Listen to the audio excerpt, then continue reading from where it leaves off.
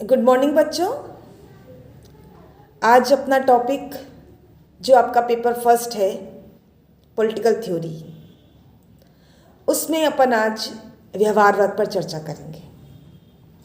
इससे पूर्व अपन देख चुके हैं कि राजनीतिक सिद्धांत का अर्थ, क्षेत्र और प्रकृति, राजनीतिक सिद्धांत का हमारे विषय राजनीति विज्ञान में क्या महत्व है और किस प्रकार से हमारे विषय के हमने समझने के लिए दो भाग करें, एक परंपरावादी राजनीतिक विज्ञान और एक आधुनिक राजनीतिक विज्ञान। और आधुनिक राजनीतिक विज्ञान का एक पार्ट व्यवहारवाद है। व्यवहारवादी क्रांति 1945 के बाद आती है, जब सेकेंड वर्ल्ड वॉर खत्म हुआ। और जो व्यवहारवाद है, जिसको हम दो लाइन में परिभाषित कर सकते हैं, परंपरावादी राजनीति विज्ञान की उपलब्धियों के प्रति असंतोष का परिणाम व्यवहारवाद है। क्या? परंपरावादी राजनीति विज्ञान की उपलब्धियों के प्रति असंतोष का परिणाम व्यवहारवाद है। यानी हमारा विषय का जो परंपरावादी स्वरूप रहा, जिसकी शुरुआत हम यूनानी चिंतन से करते हैं और प्लेटो और अरस्तु से हमारे विषय में राजनीतिक सिद्धांतों के निर्माण की प्रक्रिया शुरू हुई और हमने बहुत बड़ी उपलब्धि हासिल करी, बहुत बड़ा अचीवमेंट लिया।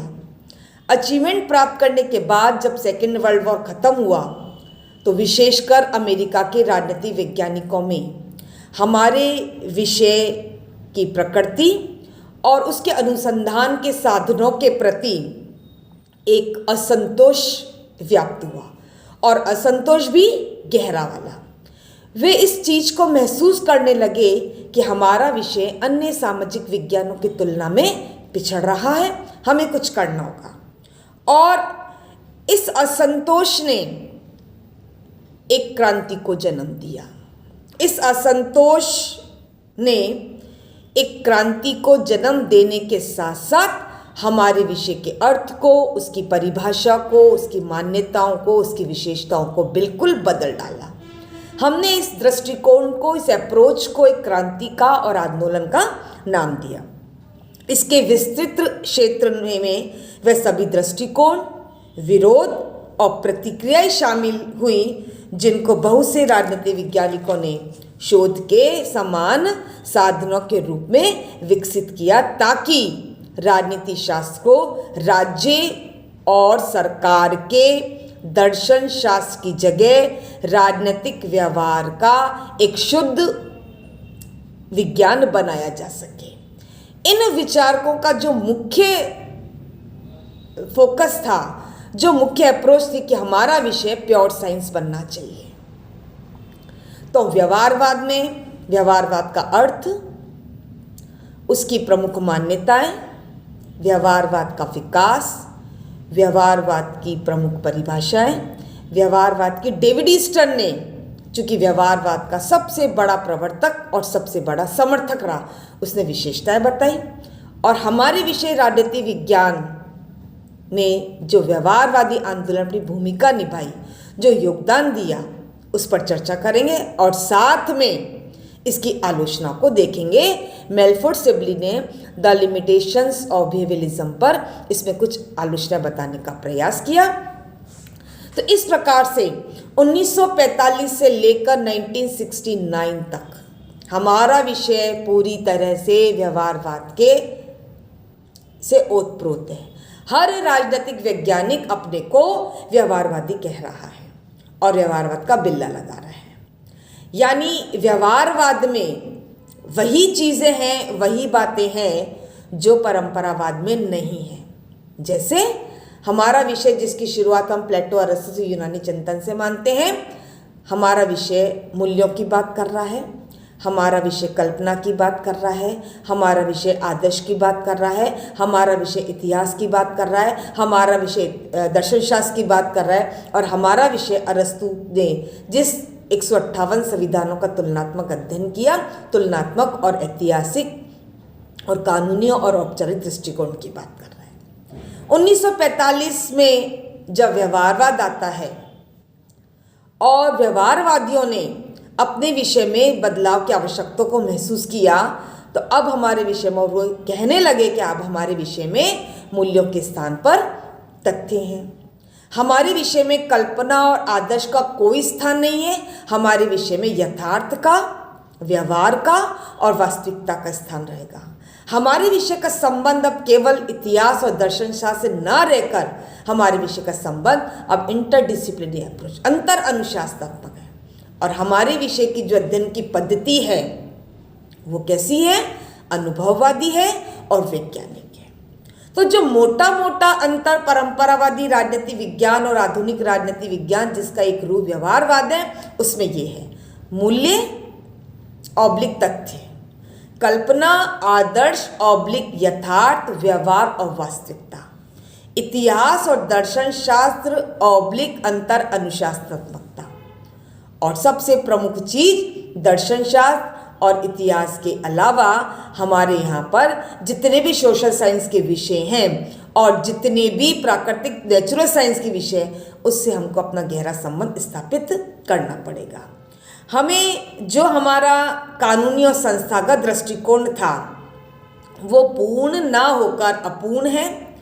वो केवल हमारे अध्ययन की औपचारिकता को पूरा कर रहा है। इसलिए हमें अपने व्यवहारवादी विचारकों के साथ मिलकर अपने अध्ययन को, अपने विषय को आगे बढ़ाना होगा। इसलिए राजनीति विज्ञान में व्यवहारवादी दृष्टिकोण की शुरुआत होती है।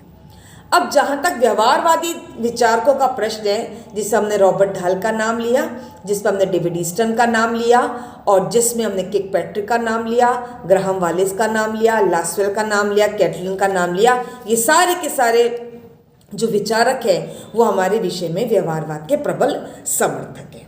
अब जहाँ तक व्यवहारवादी आंदोलन के जो कारण रहे हैं उनका यदि हम देखें तो व्यवहारवाद ने राजनीति अध्ययन को क्रांतिकारी रूप से प्रभावित किया, ये अपन देख रहे हैं। परंतु अपनी ही कुछ कमजोरियों के कारण 1969 में व्यवहारवाद उत्तर व्यवहारवाद में बदल गया। जो डेविड ईस्टन स्वयं व्यवहारवाद का प्रबल समर्थक था, प्रवर्तक था, उसने 1969 में अमेरिकन पॉलिटिकल साइंस एसोसिएशन के अध्यक्षीय भाषण में कर्म और प्रासंगिकता के सिद्धांत के साथ उत्तर व्यवहारवाद के आगमन की सूचना करी।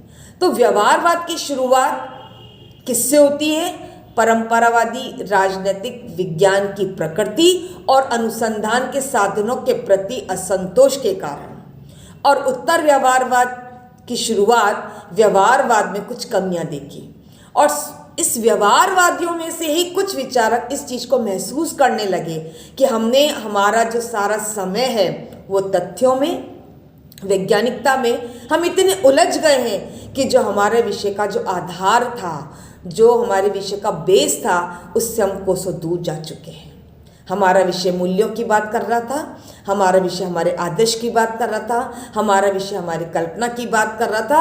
हम इनसे दूर हो गए और हम केवल किस में उलझ गए? तथ्य तथ्य तथ्य, फैक्ट फैक्ट फैक्ट। इसे डेविड ईस्टन स्वयं ने कुछ ऐसी विशेषताएं बताने का प्रयास किया जिससे कि उत्तर व्यवहारवाद के आगमन की सूचना होती है। 1920 में शिकागो विश्वविद्यालय में चार्ल्स मेरियम ने और उनके साथियों ने मिलकर व्यवहारवाद की शुरुआत करी और द्वितीय महायुद्ध के बाद व्यवहारवाद का विकास बहुत अधिक जोरों से शुरू होता है। जहाँ तक व्यवहारवाद की उत्पत्ति के या जन्म के कारण है, उसमें हम सबसे पहले सामाजिक वैज्ञानिकों के कार्यों को ले सकते हैं और विशेषता किसके? चार्ल्स मेरियम के जो विचार हैं, चार्ल्स मेरियम के विचारों को जो प्रभाव पड़ा, उसमें जो प्रथम कारण है वो मेरियम के मार्गदर्शन का रहा है। और उनके नेतृत्व में शिकागो विश्वविद्यालय का जो राजनीति शास्त्र का विभाग था, जो पॉलिटिकल साइंस डिपार्टमेंट था, वो व्यवहारवादी दृष्टिकोण का एक केंद्र बन गया। Lasswell, David Truman, Herbert Simon, Almond, ये सारे के सारे इस विभाग के स्टूडेंट थे जिन्होंने व्यवहारवाद को आगे लाने का प्रयास किया। बहुत से जो यूरोपीय समाजशास्त्री थे और जो मनोवैज्ञानिक थे, वो अमेरिका में आकर बसने लगे, जिससे कि उन्होंने भी इस विषय को आगे बढ़ाने का काम किया और समाजवादी दृष्टिकोण को काम में लिया। सेकेंड वर्ल्ड वॉर के बाद जो व्यवहारवादी दृष्टिकोण के विकास को गति मिली, उसके पीछे बड़ी संख्या में लोग इस चीज़ को महसूस करने लगे कि हमारे विषय में कुछ बदलाव की आवश्यकता है और एक नई दिशा प्रदान करने की कोशिश करी। उन्होंने अपने अनुभव के द्वारा, अपने एनालिसिस के द्वारा इस व्यवहारवादी दृष्टिकोण को, इसकी मान्यताओं को आगे बढ़ाने का प्रयास किया। इसी क्रम में जो सामाजिक विज्ञान अनुसंधान परिषद थी, उसके द्वारा जो कार्य किया गया, व्यवहारवाद के विकास को इससे प्रेरणा मिली, क्योंकि परिषद का अमेरिकी राजनीति शास्त्रों पर बहुत गहरा प्रभाव पड़ा और एक वैज्ञानिक ने जो इस परिषद में अपने योगदान की बात करी, उन्होंने अपनी अध्यक्षता करते हुए इस चीज़ को कहा कि हमारा झुकाव वास्तविकता की ओर अधिक होना चाहिए। हमारा जो अनुसंधान का कार्य है पुस्तकालयों से बाहर होना चाहिए। हम लाइब्रेरी तक अपने विषय को सीमित ना करें। हमारे जो रिसर्च के जो तरीके हैं, जो रिसर्च के साधन हैं, जो शोध के साधन हैं, हमें लाइब्रेरी से बाहर जाकर, वाचनालय से बाहर जाकर, पुस्तकालय से बाहर जाकर हमें अपने अध्ययन को आगे बढ़ाना पड़ेगा। तभी हम सही निष्कर्ष के पहुंच सकेंगे और सही सिद्धांतों का निर्माण कर सकेंगे। तो ऐसे में इसके अलावा जो अमेरिका की परोपकारी संस्थाएं थीं, जिन्होंने अपने, जैसे फोर्ड फाउंडेशन है, क्योंकि हर काम को करने के लिए, अनुसंधान के लिए कुछ पैसों की आर्थिक सहायता की भी ज़रूरत थी। इस आर्थिक सहायता को देने में अमेरिका की परोपकारी संस्थाएं थी, जिन्होंने आगे बढ़कर वित्तीय सहायता देकर विषय को आगे बढ़ाने में अपनी महत्वपूर्ण भूमिका निभाई। तो इस प्रकार से व्यवहारवाद की उत्पत्ति होती है। तो यानी व्यवहारवाद क्या है? परंपरावादी राजनीति विज्ञान की उपलब्धियों के प्रति व्यवहारवाद है। जो हमारे विषय के परंपरावादी स्वरूप ने जो उपलब्धि हासिल करी, यूनानी चिंतकों ने अपने विषय में जो सिद्धांतों के निर्माण की प्रक्रिया पूरी करी, हमारे विषय की शुरुआत होती है।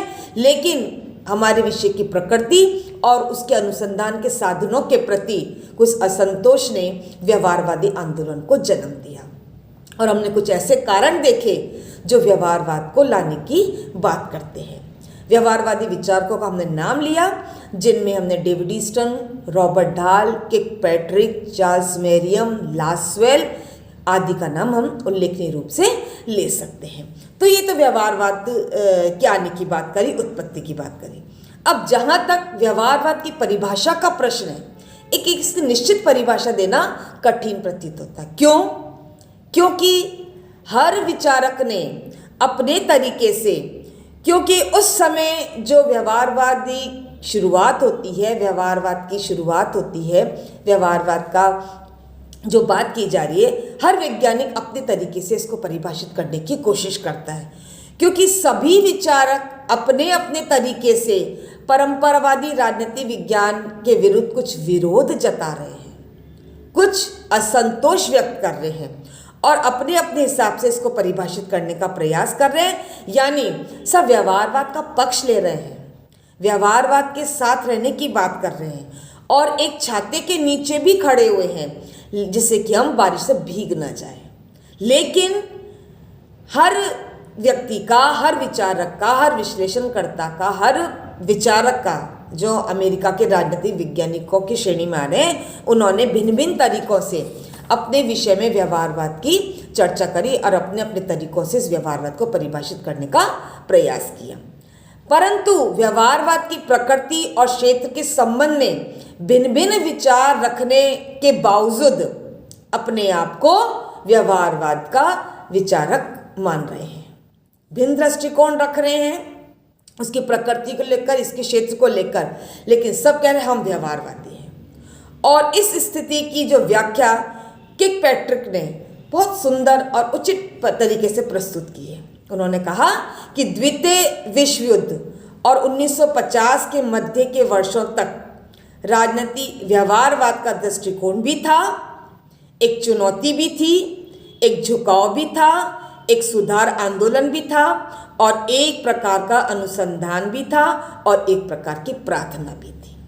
यानी द्वितीय विश्व युद्ध और 1950 का जो मिडिल पीरियड है, जिसके बीच का पीरियड है, तो व्यवहारवाद एक दृष्टिकोण, एक चुनौती, एक झुकाव, एक सुधार, एक अनुसंधान और एक रिक्वेस्ट, एक प्रार्थना थी कि हमारे विषय में अब एक बदलाव आवश्यक है। अब बदलाव किस रूप में? मूल्यों के स्थान पर तथ्यों की बात, कल्पना और आदर्श के स्थान पर यथार्थ, वास्तविकता और व्यवहार। इतिहास और दर्शन शास्त्र के अलावा जितने भी सामाजिक विज्ञान हैं, जितने भी प्राकृतिक विज्ञान हैं, उनको सबको मिलाकर हम अपने काम को करेंगे, अपने रिसर्च को करेंगे, अपने शोध को करेंगे और अपने विषय को नई ऊंचाइयों तक पहुंचाने की कोशिश करेंगे। जहाँ तक अध्ययन की पद्धति थी, दृष्टिकोण था, वो तुलनात्मक, कानूनी, संस्थागत दृष्टिकोण था। हमारे अध्ययन का जो दृष्टिकोण है वो है वैज्ञानिक और अनुभववादी और अंतर अनुशासनात्मक दृष्टिकोण। तो ये कुछ ऐसे कारण जो व्यवहारवाद की उत्पत्ति की बात करते हैं और सभी विचारकों ने एक छाते के नीचे खड़े होकर व्यवहारवाद को परिभाषित करने का प्रयास किया। हालांकि उनके आपस में कुछ विरोध थे, लेकिन उन्होंने विरोधों को भुलाकर एक छाते के नीचे खड़े होकर अपने अपने तरीके से व्यवहारवाद को परिभाषित करने का प्रयास किया। इसलिए जो परिभाषा अंत में हमने दी वो है व्यवहारवाद एक दृष्टिकोण भी है, व्यवहारवाद हमारे विषय के लिए चुनौती भी है, व्यवहारवाद का झुकाव हमारे विषय की ओर भी है, व्यवहारवाद एक सुधार आंदोलन भी है, व्यवहारवाद एक अनुसंधान भी है, रिसर्च भी है, शोध भी है और व्यवहारवाद एक प्रार्थना भी है। धन्यवाद।